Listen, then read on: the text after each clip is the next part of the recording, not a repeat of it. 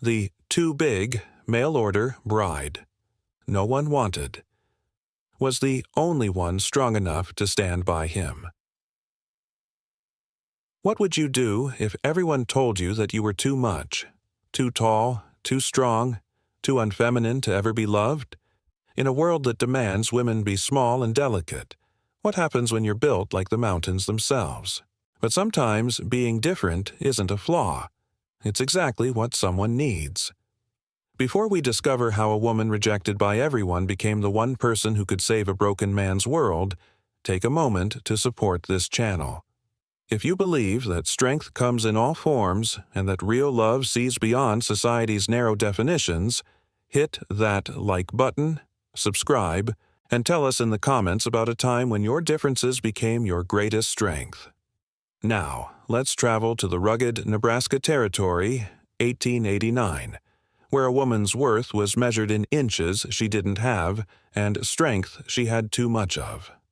Margaret Maggie O'Brien stood on the train platform in Elkhorn Ridge, her carpetbag clutched in hands that had been called mannish more times than she could count.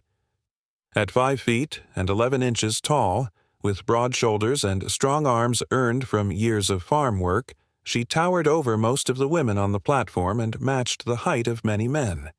She was 30 years old, well past the age when most women married, and she'd answered the advertisement of Samuel Harrison because his letter had been different. He hadn't asked for a photograph. He hadn't specified delicate or petite. He'd written, "Seeking a capable woman who understands hard work and isn't afraid of challenges. Life on a ranch requires strength of body and character." Maggie had those in abundance. What she didn't have was the conventional beauty or diminutive stature that men seemed to prize. She'd been called an Amazon, a giant, unfeminine. She'd been told repeatedly that no man wanted a wife who could look him in the eye, or worse, look down at him. But Samuel Harrison's letters had given her hope. He wrote about his ranch, about the land he'd carved from wilderness, about needing a true partner. Never once did he mention her appearance or size. When she'd carefully mentioned her height in one letter, he'd written back, "Out here, strength is an asset, not a liability. I need someone who can work beside me, not someone I have to protect from every challenge." Those words had sealed her decision to come west. Now, standing on this dusty platform searching for a man she'd never met, Maggie felt the familiar weight of stares. Women whispered behind their hands. Men looked at her with everything from curiosity to disdain. She straightened her spine, lifted her chin, and refused to shrink herself to make others comfortable. "Miss O'Brien." She turned to find a boy, perhaps 14, with red hair and freckles. He was staring up at her with undisguised amazement. "Yes, I'm Margaret O'Brien. I'm Tommy Fletcher. I work for Mr. Harrison. He sent me to fetch you." The boy swallowed hard. "He said you'd be tall, but I didn't expect. You're really—" "Tall," Maggie finished, used to this reaction. "Yes, I am. Is Mr. Harrison here?" Tommy's expression shifted to something like worry. "No, ma'am. He couldn't come. There's been trouble at the ranch. He sent me with the wagon to bring you out." Trouble. The word sent a spike of worry through Maggie. What kind of trouble? "Best if Mr. Harrison explains it himself, ma'am. But we should go. It's a 2-hour drive, and he's waiting." As they loaded her bag into the wagon and set off, Maggie noticed Tommy kept glancing at her with barely concealed fascination. Finally, she addressed it directly. "Go ahead and ask whatever you're wondering. I'm used to questions." Tommy flushed. "It's just, you're taller than my pa, and he's 6 foot. I've never seen a woman so big." Big stung more than tall, but Maggie kept her voice even. "I come from tall stock. My father was 6'2". My brothers all over 6 foot. I inherited their height." "Can you really work like a man?" Tommy asked. "Mr. Harrison said you were strong." "I can work as hard as anyone," Maggie replied. "I was raised on a farm. I've plowed fields, hauled hay, mended fences. My size isn't a disadvantage for that kind of labor." "Mr. Harrison will be glad then," Tommy said quietly. "He needs help, more than he's admitting." The ranch, when they finally arrived, was impressive. A large house built of timber and stone sat on a rise overlooking a valley. Corrals and outbuildings spread across the property, and cattle dotted the distant pastures. But something was wrong. Maggie could see it immediately. Broken fences, unmended buildings, fields that needed attention. Tommy drove the wagon to the main house and helped her down. "Wait here, ma'am. I'll get Mr. Harrison." Maggie stood in the yard, taking in the neglect.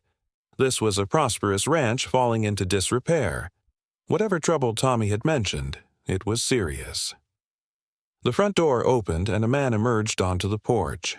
Samuel Harrison was tall, easily 6'3", with broad shoulders and the build of a man who'd spent his life working the land. He had dark hair streaked with early gray, a strong jaw, and eyes the color of summer sky. He would have been handsome except for two things. He moved with a pronounced limp, leaning heavily on a cane, and his face was set in lines of pain that spoke of chronic suffering. He made his way down the porch steps with visible difficulty, and Maggie saw him wince with each step. When he reached her, he looked her square in the eye. Actually, had to look slightly down, as he was a few inches taller even with his injured posture. "Miss O'Brien," he said, his voice deep and rough. "I'm Samuel Harrison. Thank you for coming." "Mr. Harrison." Maggie extended her hand, and after a moment's surprise, he took it. His grip was strong, his hands calloused from work. "Your letters didn't mention you were injured." His jaw tightened. "No, they didn't. That's something we need to discuss. Tommy, take Miss O'Brien's bag to the guest room. Miss O'Brien, would you walk with me? We need to talk before you make any decisions."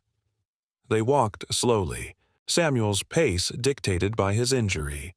Maggie matched his stride, noting how he favored his right leg and how pain tightened his features with each step. "I wasn't always like this," Samuel said finally. 6 months ago, I had an accident. A horse threw me, and I landed wrong. Broke my back in 2 places. The doctor said I was lucky to walk at all, but the damage is permanent. I'll never move without pain. Never work like I used to." "I'm sorry," Maggie said quietly. "The ranch is suffering. I can't do the heavy work anymore. I can manage accounts, make decisions, supervise, but I can't haul hay or mend fences or do any of the 100 physical tasks that keep this place running." He stopped, turning to face her. "I brought you here under false pretenses. I told you I needed a capable partner, which was true, but I didn't tell you that I need someone who can do the physical work I can no longer manage, someone strong enough to help run this ranch when I physically can't." Maggie understood now. You need a work hand more than a wife. "I need both," Samuel said bluntly. "I need someone who can work beside me, yes, but I also need companionship. I need someone who won't pity me or treat me like an invalid, someone who sees past this injury to the man I still am." He paused. "Your letters told me about your strength, your capabilities. When you mentioned your height, I was relieved. I thought perhaps you'd understand what it's like to be judged for your physical differences, to be seen as wrong because you don't fit the mold." "And now that you see me?" Maggie asked, her heart pounding. "Now that you see just how big I really am?" Samuel looked at her steadily. "I see a woman who could be exactly what this ranch needs. What I need. But Miss O'Brien, I won't trap you in a bargain that's not what you expected. If you want to return to town, I'll pay your passage back east. No questions, no judgment." Maggie looked at the ranch, at the work that needed doing, at the man before her who was trying so hard to maintain his dignity despite his pain and vulnerability. She thought about the years of rejection, of being told she was too much. Here was a man who needed exactly what she had to offer: strength, capability, partnership. "May I see the rest of the ranch?" she asked. "Before I decide." Relief flashed across Samuel's face. Of course, Tommy can show you around. Tommy gave her a comprehensive tour, and with each building, each field, each piece of neglected equipment, Maggie's understanding grew. This ranch was struggling not from poor management but from lack of physical labor. Everything Samuel could do from horseback or with verbal direction was well maintained. Everything that required manual work was falling behind. She saw 3 ranch hands. Good men, Tommy said, but not enough for a spread this size. They needed at least 2 more workers, but Samuel couldn't afford to hire them. The accident had cost him his savings in doctor bills, and he was behind on everything. "He's trying so hard," Tommy said quietly as they stood by a fence that needed mending. "But he can't do it alone, and he won't ask for help. He's too proud. He thinks people see him as broken now." "Do they?" Maggie asked. Tommy shrugged. "Some do. The widow Morrison brought him food every day for weeks, but she'd cluck over him like he was dying. Mr. Harrison couldn't stand it. And Marcus Bentley offered to buy the ranch for half what it's worth," said Mr. Harrison was too crippled to run it anymore. Anger flared in Maggie's chest. What did Mr. Harrison say to that? Threw him off the property, said he'd die before he sold to a vulture. Tommy grinned slightly. It was something to see. Mr. Harrison might not walk so good, but he's still the toughest man I know. Maggie made her decision. That evening, she found Samuel in his study, bent over account books. He looked up as she entered, and she saw the question in his eyes. "I'll stay," she said simply, "on one condition." "Name it." "That you see this as a true partnership. You said you needed someone strong enough to do the physical work you can't manage. I can do that, but I won't be treated as merely a laborer. I want to be involved in decisions about the ranch. I want my opinions valued, and I want honesty between us. Always." Samuel stood slowly, supporting himself on the desk. "That's more than fair. I can offer you the same in return. True partnership, respect for your abilities, and honesty." He paused. "The marriage itself. I won't force unwanted attention. We can keep separate rooms if you prefer. This can be as much or as little as you want it to be." "Let's start with partnership," Maggie said, "and see where it leads." They shook hands, and in that moment, something shifted. 2 people who didn't fit the world's expectations were choosing to build something together. The wedding was small, held in the ranch house with Tommy and the ranch hands as witnesses. Maggie wore a simple blue dress, and Samuel stood as straight as his injury would allow. When the traveling minister pronounced them married, Samuel kissed her cheek with gentle respect, and Maggie felt the first stirring of hope that this unusual arrangement might become something more. The real work began the next day. Maggie rose before dawn and dressed in the practical work clothes she'd brought, split skirts that allowed freedom of movement, sturdy boots, a plain shirt. When she came downstairs, Samuel was already in the kitchen, coffee brewing. He took in her attire and nodded approval. "Ready to see what you've gotten yourself into? Lead the way." They established a rhythm quickly. Samuel would survey the work that needed doing, make plans, and give direction. Maggie would do the heavy lifting, literally. She mended fences, hauled supplies, helped move cattle. The ranch hands, initially skeptical, quickly accepted her when they saw she could work as hard as any of them. And Maggie thrived. For the first time in her life, her strength was an asset rather than a flaw. She could lift what needed lifting, work from dawn to dusk, and never hear a whisper that she was too much. Samuel treated her with consistent respect, valuing her opinions, trusting her judgment. But she also saw his struggle, saw how he'd push himself beyond what his body could handle, trying to prove he wasn't broken, saw him hide pain behind stoic expressions, saw his frustration when his injury prevented him from doing things he'd once taken for granted. One afternoon, 3 weeks into their marriage, Maggie found Samuel trying to lift a saddle onto his horse. He was sweating with effort, his face white with pain, refusing to ask for help. "Samuel," she said quietly, "let me." "I can do it," he growled. "I know you can. But why should you hurt yourself when I'm right here?" She took the saddle gently but firmly from his hands and swung it onto the horse with ease. Accepting help isn't weakness, it's wisdom. He stared at her, breathing hard. "You don't understand. I used to do this without thinking. I could work from dawn to midnight and never feel it.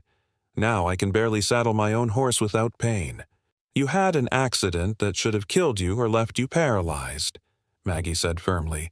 "Instead, you're walking, riding, running this ranch. That's not weakness, Samuel. That's strength. But strength doesn't mean doing everything alone." "People see me as less now," he said, the words torn from somewhere deep. "Broken. Useless." "I don't see that," Maggie replied. "I see a man who's adapting, who's finding new ways to do what needs doing. Your value isn't in how much you can lift or how far you can walk. It's in your knowledge, your leadership, your determination." Something cracked in his expression. "You really believe that?" "I do, because I know what it's like to be judged for your body instead of your character. My whole life, people saw my size before they saw me. But you, Samuel, you saw what I could contribute. You valued my strength instead of scorning it. Let me offer you the same courtesy." That night, for the first time, they sat together on the porch and talked not about work but about themselves. Samuel told her about growing up on this ranch, about his dreams for it. Maggie told him about her farm childhood, about brothers who'd protected her from cruel words but couldn't change what the world thought of tall, strong women. "I was engaged once," Maggie confessed, "when I was 22. Peter Donovan. He was tall enough that I didn't tower over him, and I thought that meant he didn't mind my height. But 3 weeks before the wedding, he called it off. Said his mother had talked sense into him, that he couldn't marry a woman who looked more like a man than a proper lady, that people would laugh at him for having a wife who was his size. He was a fool," Samuel said flatly. "Maybe, but he wasn't wrong about people laughing. They did. After that, I stopped hoping anyone would want me for anything but my labor." She looked at Samuel. "That's why I answered your advertisement, because you seemed to value what I could do, not what I looked like." "I value both," Samuel said quietly. "You're beautiful, Maggie, not in the simpering, helpless way society demands, but in the way of something built for purpose. You move like you were made for this land, this work. There's grace in that. Power. Yes, you're tall and strong, but that's part of what makes you extraordinary." Maggie felt tears sting her eyes. "No one's ever called me beautiful before." "Then everyone you've met has been blind." Their partnership deepened from that night forward. They worked together, planned together, and slowly, carefully, opened their hearts to each other. Samuel showed Maggie the vulnerable places he'd hidden from everyone else, the nights when the pain was so bad he couldn't sleep, the fear that he'd never be the man he'd been before. Maggie showed Samuel the scars left by years of rejection, the armor she'd built to protect herself from a world that told her she was wrong, and together they healed. 2 months into their marriage, Marcus Bentley returned. He rode up to the ranch house with 2 men, his expression smug. Samuel and Maggie were working in the yard, repairing a wagon wheel when the visitors arrived. "Harrison," Bentley called out, "heard you got yourself a mail-order bride. Came to see if it's true." Samuel straightened slowly, leaning on his cane. "Bentley, what do you want?" Bentley's eyes raked over Maggie and his lip curled. "This is your bride? My God, Harrison, I knew you were desperate, but I didn't think you'd order a farmhand in a dress." Maggie felt the familiar sting, but before she could respond, Samuel moved forward, his voice deadly quiet. "Watch your mouth, Bentley. That's my wife you're insulting." "Your wife?" Bentley laughed. "She's big enough to be your ranch foreman.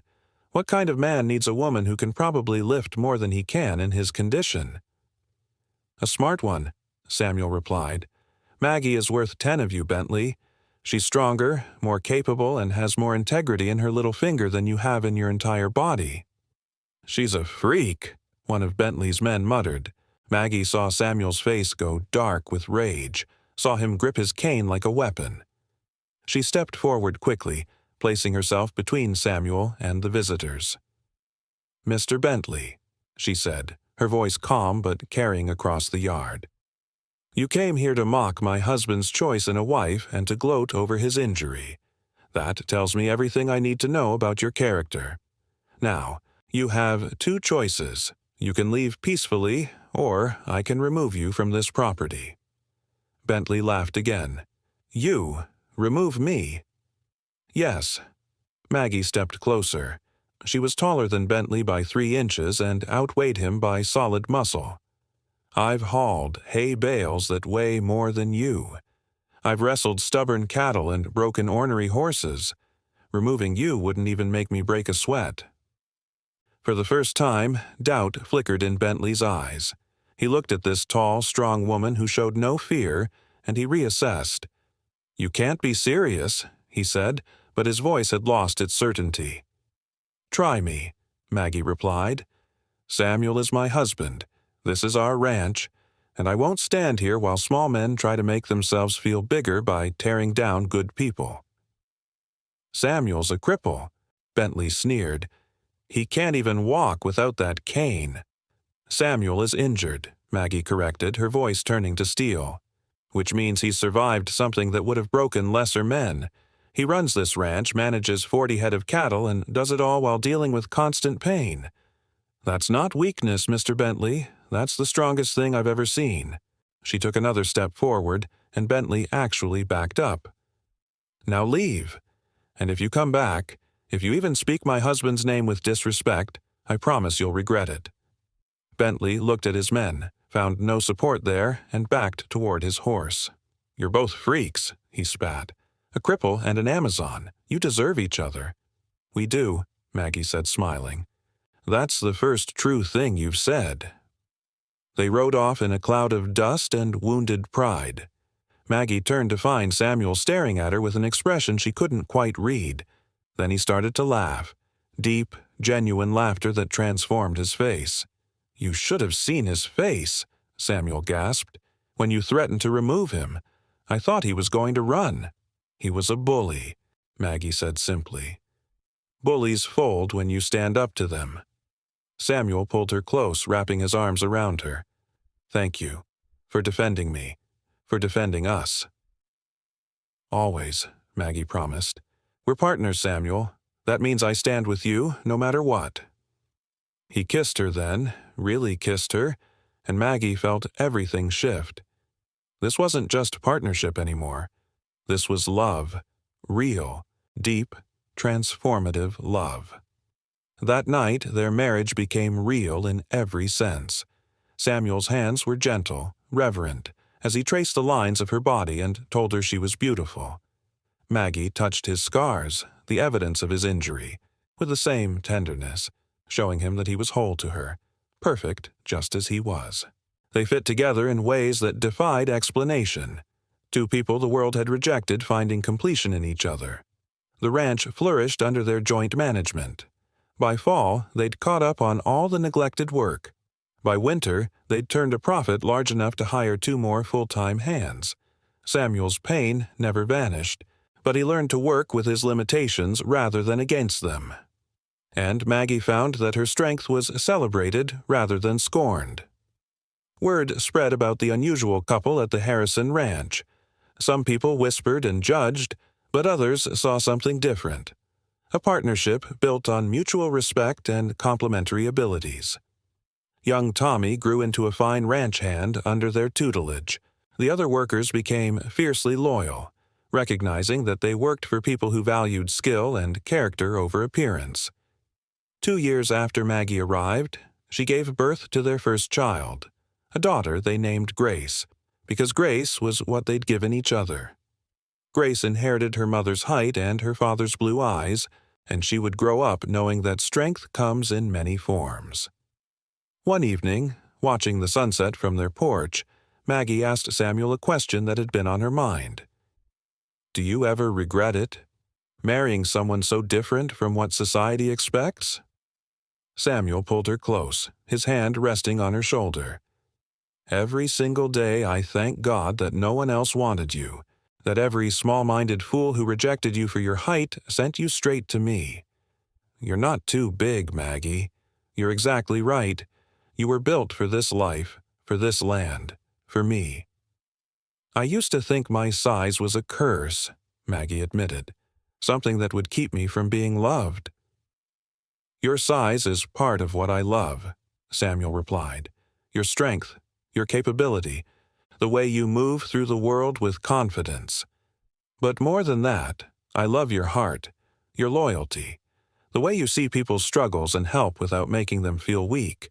You saw past my injury to the man beneath, and you've never once made me feel less because of it.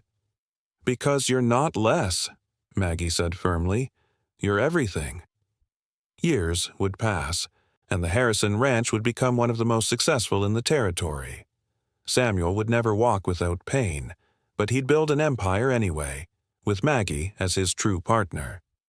Their children, 3 in total, would grow up watching a marriage built on mutual respect, seeing a father who valued strength in all its forms and a mother who proved that being different was something to celebrate, not hide. And sometimes, late at night, Samuel would wake from pain and find Maggie awake beside him. She'd hold him through the worst of it, her strong arms a shelter, her presence a comfort. And in those moments, he'd marvel at the gift he'd been given. A woman the world called too big, who was actually just big enough to hold him up when he needed it most. The mail-order bride no one wanted had become the one person strong enough to stand by him, to build a life with him, to love him through everything.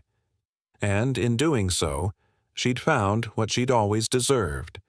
Someone who saw her size not as a flaw but as part of the magnificent whole. Someone who knew that real strength isn't about meeting the world's expectations. It's about being exactly who you are and finding someone who celebrates that person. Someone who understood that love isn't about fitting into boxes society creates.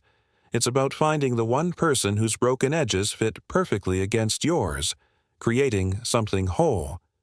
If this story of finding strength in differences and love in unexpected places moved you, please show your support by liking this video and subscribing to our channel. Tell us in the comments about a time when something you were told was a flaw became your greatest strength.